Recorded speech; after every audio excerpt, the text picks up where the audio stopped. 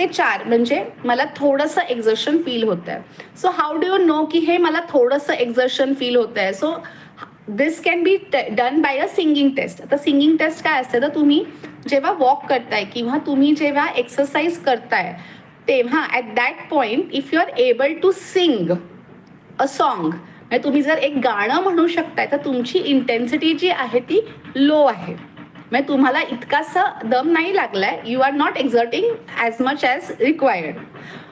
पण जर तुमचं तुम्ही इतकं दम लागलाय तुम्हाला की तुम्हाला एक पूर्ण वाक्य बोलू पण शकत नाही, not able to complete the whole sentence, then your intensity is too high. म्हणजे तुमची इंटेन्सिटी खूप जास्त हाय आहे. You are not even able to complete a sentence. So what is the right intensity? मग राईट इंटेन्सिटी काय राहील? तर right intensity ही राहील की तुम्ही चालताय किंवा एक्सरसाइज करताय, you are exercising but the same time you are feeling exerted आणि तुम्हाला तुमचं वाक्य पूर्ण करता येत आहे, म्हणजे you are able to complete your sentence. So that is the right intensity for exercise. तर हे